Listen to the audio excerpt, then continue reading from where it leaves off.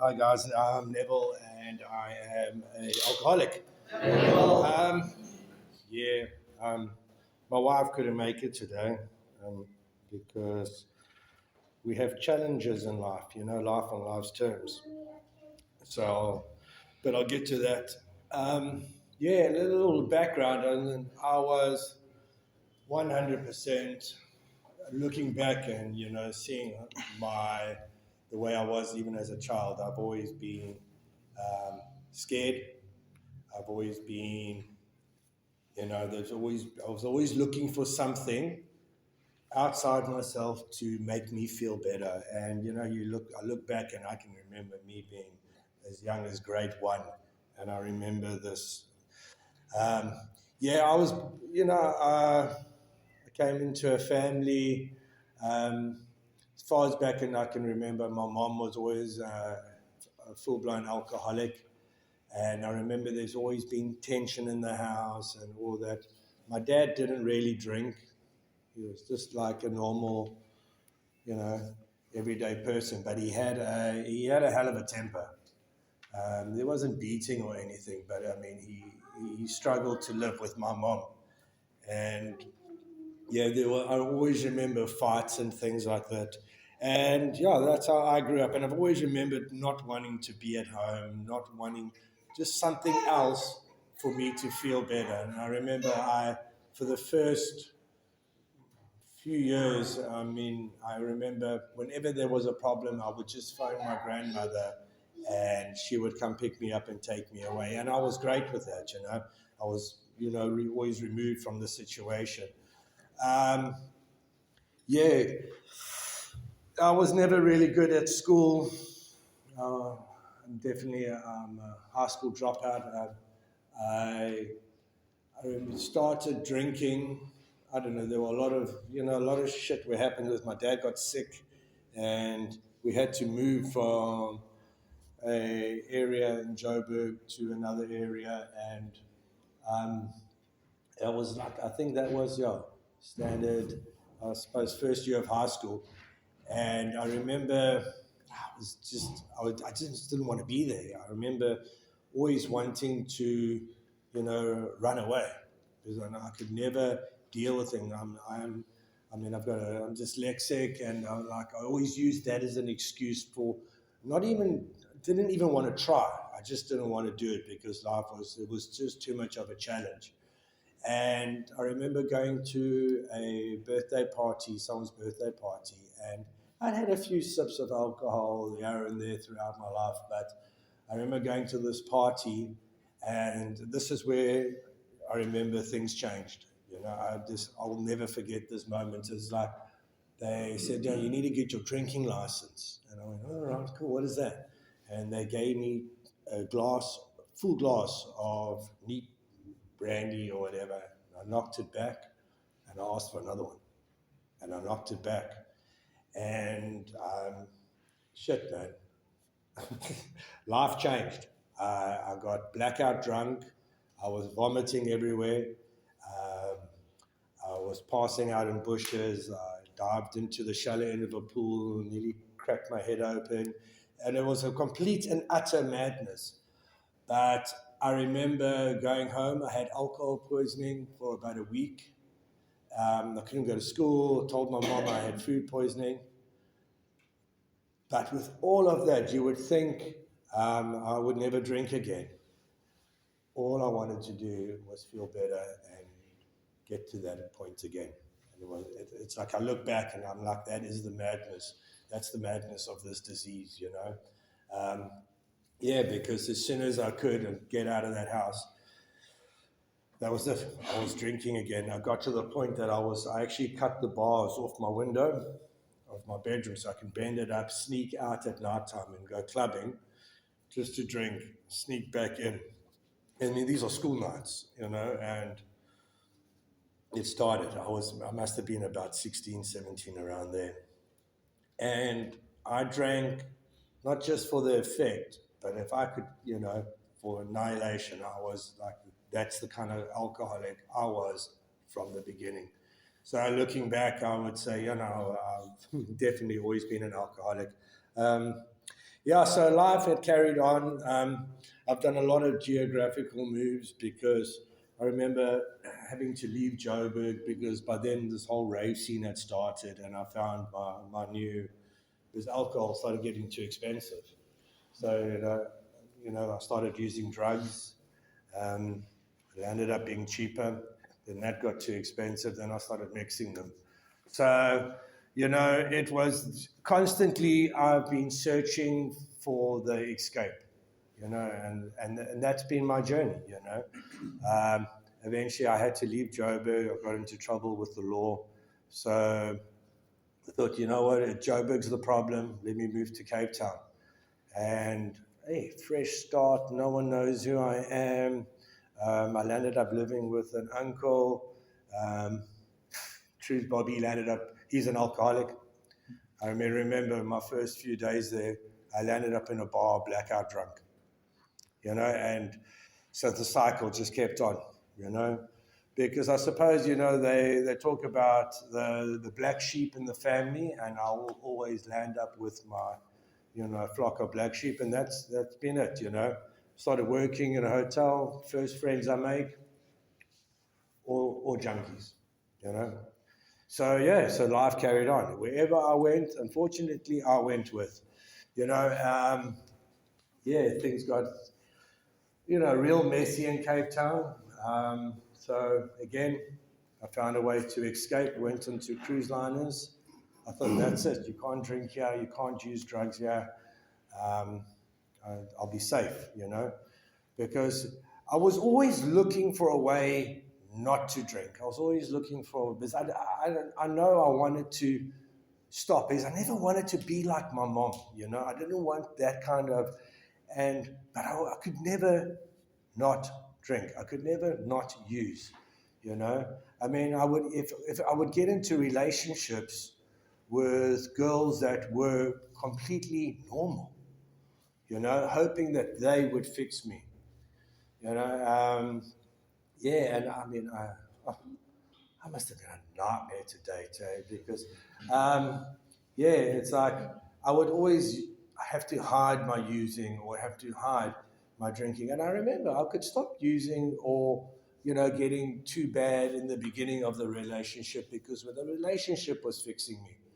And as soon as that started wearing off, and then I would start using again. In Cape Town, I landed up, I thought it would be a great idea if I worked in bars because, it's my, my place of safety, So I landed up running a bar in Camps Bay on and off for, I don't know, 10 years or so. But so this bar suited me perfectly. It would close at 4 a.m. So I could, I can maintain a normal functioning, alcoholic, drug-infested life. And that's what I did. It's like, and I thought I was cool. I thought I was the life of the party. I thought, this is, this is it. This is, this is what I want to be. I used to joke around. I said, I wasn't an alcoholic. I was a drunk. Alcoholics go to meetings. And I honestly felt like that. I had this all under control. And, looking back, I can see how things just got worse and worse and worse and worse and worse. Even when I went to work on the cruise liners, I thought, I ended up getting fired for being drunk. I remember even I had moments of I was smuggling drugs onto the cruise liners, not to sell anything, but just for personal use for me and my friends. And I mean, this is the kind of madness that I would keep putting myself into. I used to, but yeah, that's just, I remember, must have been about, I don't know, I would say the last year, I really don't know how long I got into the last relationship before coming into recovery. But I remember it was the first time I tried to get into a relationship with a person just like me. I met this girl at a party, and she moved in the next day. And her boyfriend was upset about it. But, but I thought that was okay because I was going to fix this girl now. Because she needed help. She's definitely an alcoholic, and I was here to help. I mean, I don't know what was going on. I mean, I could barely. I couldn't even pay rent. I was living in a flat at the back of a bunch of flats. They talk about I had those like hazy eyes. I was living right under Table Mountain. There was like no more houses or flats behind me. And I don't even know how long I was living there. And one day someone said to me, and I'd been living there for a while, he says, "You've got such a nice view of the cable station on top of Table Mountain." I've never seen it. I mean, it just goes to show. I mean, I was living in so much beauty and nature, but I was just so thick in my disease, I didn't notice anything around me. I was selfish, self-centered to the core, but I thought I was okay. I landed up, I got evicted from that place. And then God thought it would be a great idea. I landed up with some inheritance. I think, I'm going to lie to you, but I think I inherited about, 180,000 Rand, plus minus. And that came in December.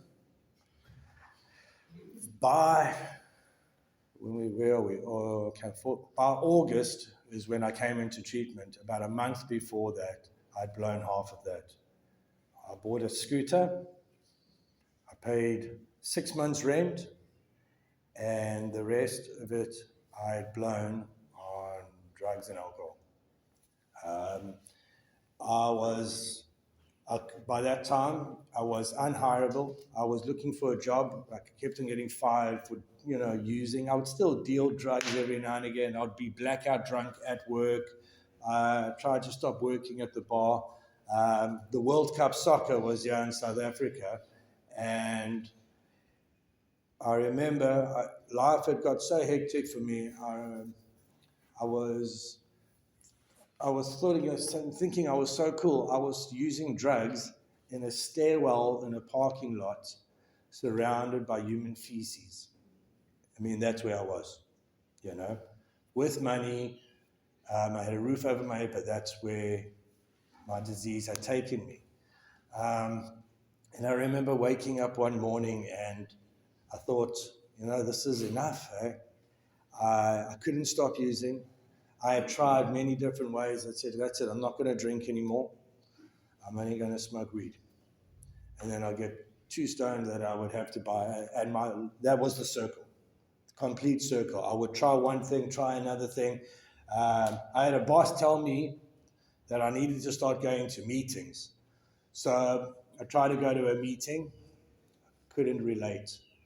Everybody, someone spoke about it at another meeting the other day, and I wasn't one of them. I had my life under control. I wasn't living on the street. I was in a relationship. I had a roof over my head, and I couldn't relate to anybody at a meeting. Then I just stopped. And I remember one morning waking up, and my higher power was there for an emergency. So it was when I got arrested, I needed to get out of a holding cells, I would pray.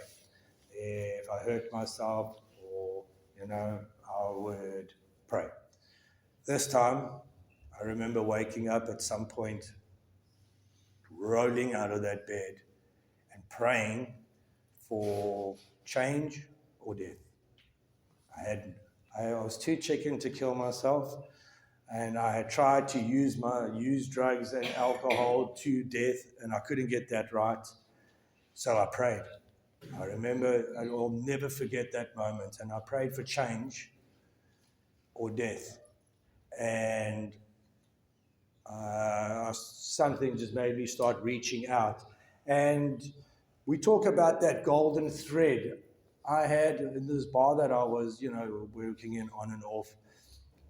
The one silent partner of the bar was actually friends with Keith, the owner of the house on the hill. And they had been talking about me and telling everybody that I need help. And this had been going on for a while. And someone told me to go speak to this man. And with that, I landed up speaking to Keith. With that, I landed up packing my whole flat, leaving my girlfriend. I left her the bed, her, and I think a vacuum cleaner. I went to the landlord. I said, yeah, I'm giving you 3 months' notice. I'll pay for the 3 months. She's in the flat. Good luck. And and I left. She was very upset. But she said she would wait for me. Yeah, I think she still might be. But yeah, and I ran. And that was the last time I ran. I ran away from my life. I had to have some kind of change, and let me tell you, it took me. I think it took about a month to get into treatment. I don't know, pros, putting this. I had no idea what I was doing. I had no idea what treatment was. I had no idea what it was like not to drink. I even came in and said, they asked what you are for. No, I just wanted to learn how to drink like a normal person, not do any chemicals, and maybe smoke some weed now and again.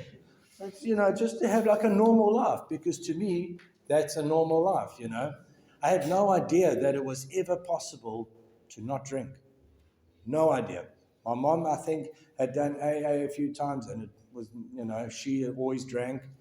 And, and I came into treatment. And I remember, honestly, it felt like I'd been reborn, when I started my steps and, meeting people just like me, but they were sober. They were happy. They were in a rehab, but I'd never felt so good and so at home in a place.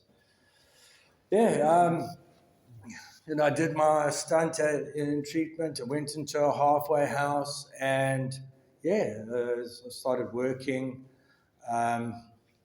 And life life started beginning. It was like I started working. My first job was packing burgers at Steers. Fucking happiest time of my life. I worked 3 shifts a week, I think. I did about, I don't know, whatever meetings I could do. At that time, I think we were doing, I don't think we only had like 4 meetings in Scottsboro, but I did 3 on a Friday, and we would do a whole bunch of us. And the life that started for me was amazing. It was, 4 of us moved down into a halfway house at the same time. And, life's on life's terms. I mean, people relapse, people go back out there, and some come back and some don't, And those are things that I had to learn, so I suppose that's the beginning, and that's how it all started. I met a girl in treatment. I never started dating her for the first year, just to clear that up. But yeah, that's where I got to know her. I do recommend you waiting more than 1 year. I did land up marrying her.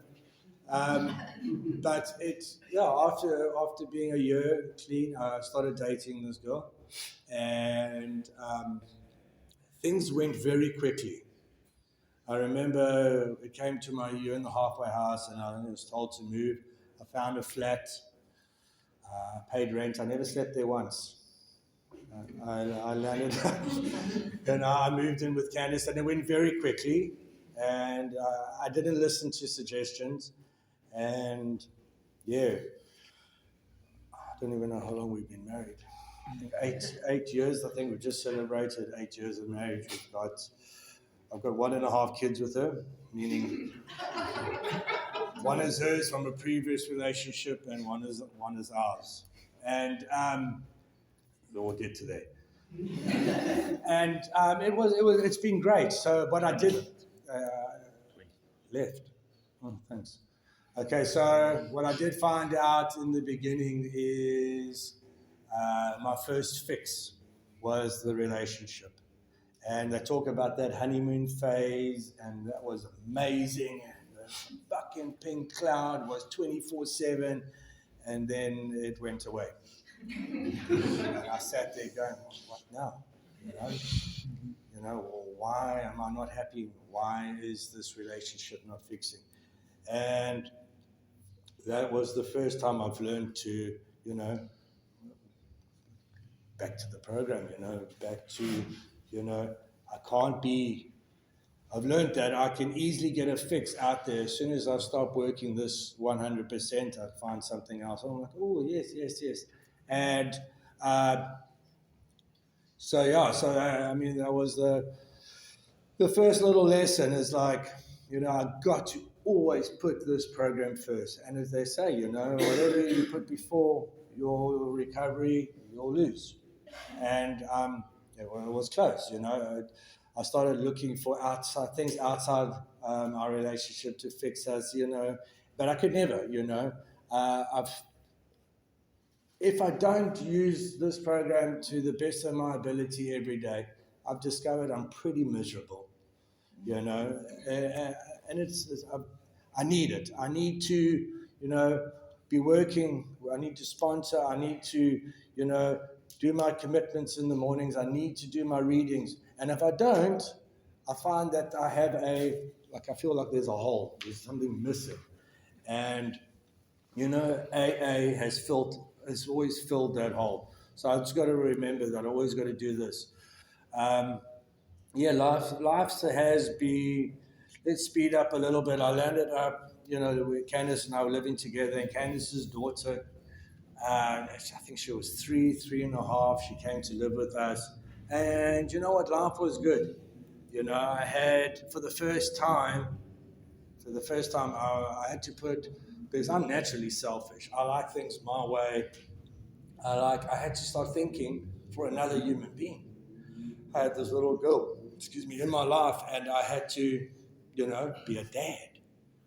And I didn't know how to be a dad because my family, I did not want the way they lived. And so I had no real good example. And, it's one hell of a learning curve, There's no book on parenting. And if there was one, they would have to change it every few months. Thank God I had my in-laws to help me because they had a Facebook is always a good way to help you with parenting. So they would constantly send me posts and I was like, not do that, but it's like, I've had to, I had to be nice to in-laws, I had to not put myself first, and it was difficult. There were many fights. There was me. Life carried on. I mean, I remember we lived in a little place like this, and now I live in a beautiful house. So the journey's always been there. There's always been growth. Carter came along 6 years ago. Chloe must have been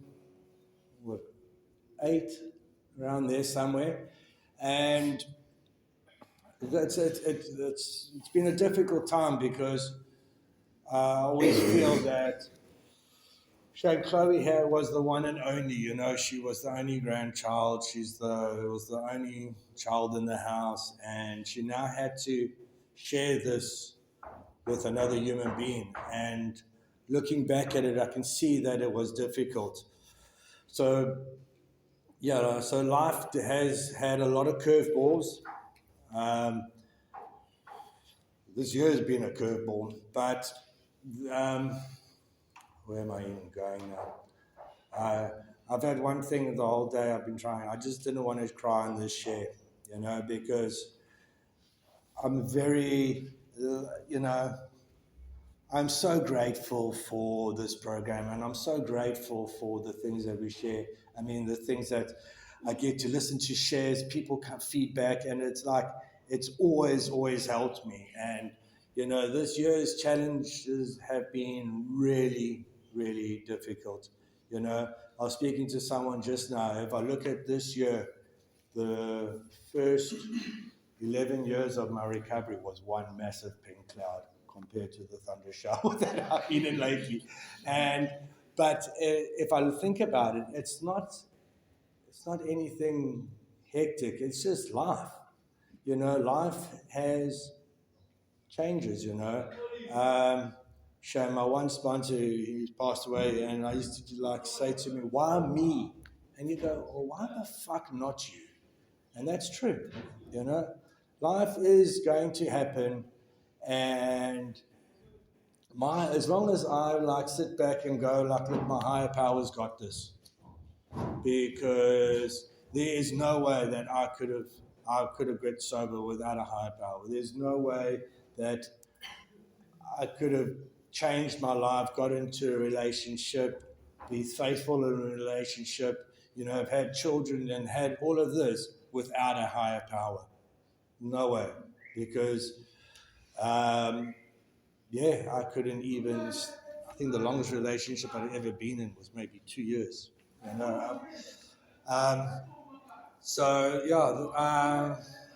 don't know where to start. So, this year has been the biggest challenge of my recovery so far. I've had a lot of changes happen. I've learned a lot about myself even, 11 years down the road, coming into year 12, it's been hectic for my family. It's like my mom is now living with us. I get to do amends every day to the best of my ability dealing with my mom. She's got dementia now. And I mean, that's the reason why Candace is not here, because my mom had a breakdown this morning. She's just come out of hospital, and it's like she's not okay. But I haven't been okay my whole life with her. And, I get to now look after her, and sometimes I let my wife look after her. But it's challenging, My daughter had, I suppose, a mental breakdown this year. She's definitely got I definitely think she's one of us.